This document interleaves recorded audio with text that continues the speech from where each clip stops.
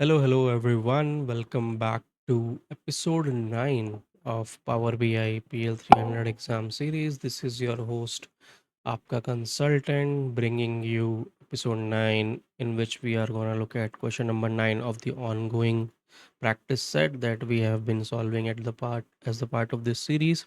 So today's topic is row level security in Power BI. I know I have already covered it, but obviously there are different types of questions coming in this exam. So without further ado, let's begin. So yeah, this is the question. It's a simple true and false. So the statement is it's possible to apply row level security directly to Power BI dashboards to control user access to specific data within the dashboard. So you're gonna take 10 seconds on this one. Just you can pause the video here. So time starts now.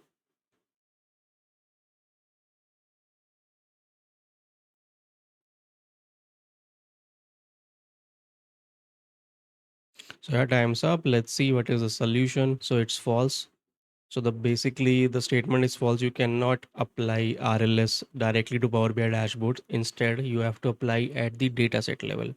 So yeah, let's look at the explanation and resources. So yeah, this is the overall explanation talking about definition of RLS policies, application and user assignment, where you can apply those in Power BI desktop, and then you can apply then you can check them in Power BI service. We will be looking at in the demo also for one of a sample table in Power BI desktop. But yeah, you can pause this video here, go through these explanations so that you are well versed with this topic, and you will not miss any question coming in this PL300 exam.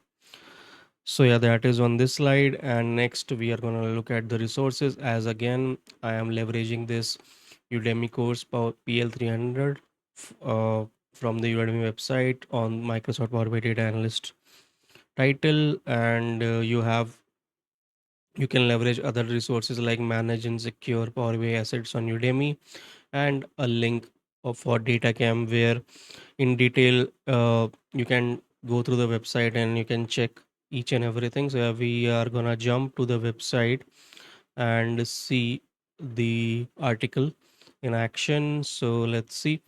So yeah, this is article on row level security in Power BI from Datacamp website.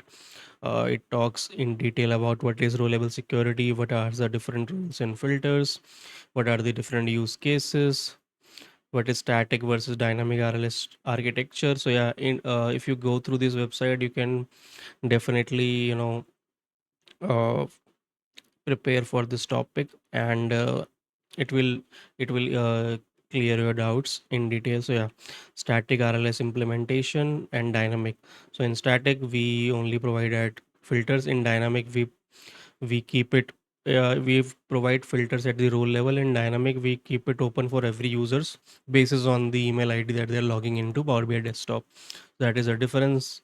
A simple example we are going to look at with the help of Power BI desktop also. But yeah, this article is very comprehensive, covering each and every topic in this RLS, advanced implementation techniques, service setting, publishing, removing, disabling, data modeling, performance optimization. So yeah, in totality, the advantage of RLS is basically, restricting or controlling the access to certain users. For example, we are sharing this report to leadership, or to our stakeholders, wherein we want to restrict the level.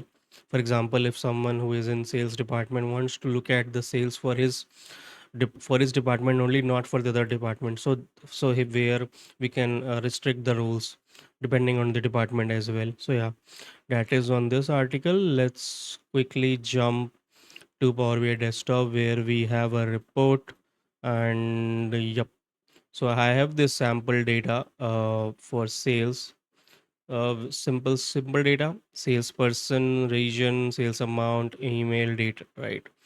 Simple data for employees in different regions. They have their email ID and sales amount. So what we are gonna do is, let's just create a stack column chart by sales amount for every month. Okay. So I have this simple graph. Let's sales amount by month. Let's switch on the data labels also. So we are looking at sales for every month, right? January to June. Now let's say I want to restrict this report depending on the user email. So what you need to do is go to modeling and go to manage roles, right?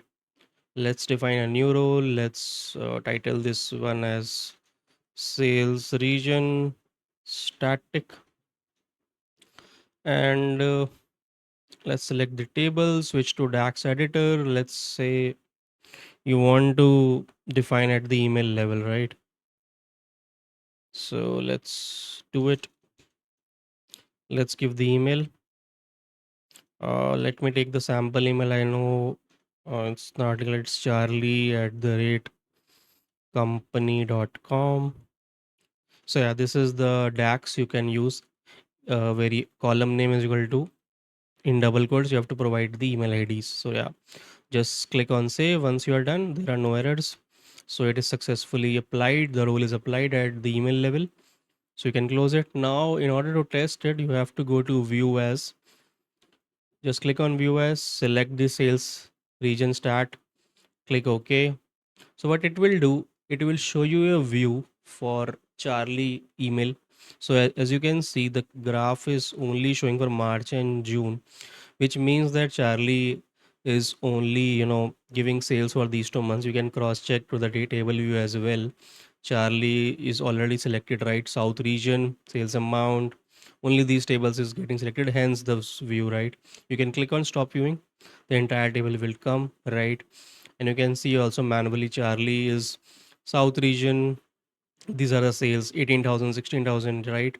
So again, you can do this restriction at role level in Power BI desktop. Unfortunately, I don't have Power BI service access, but you can do the similar thing. You can check the similar thing, these roles at applied Power BI service also. So what you need to do, you can click on publish this report, right? And then you go to app.powerbi.com and check the roles which you have already created on this one, right? This Charlie. So yeah, that is on this topic. Hope you are following this series, and it will be and I'm sure that it will definitely help you in cracking this exam. But yeah, look forward for next episode. All right guys, this is for today. Thank you very much for watching. See you later.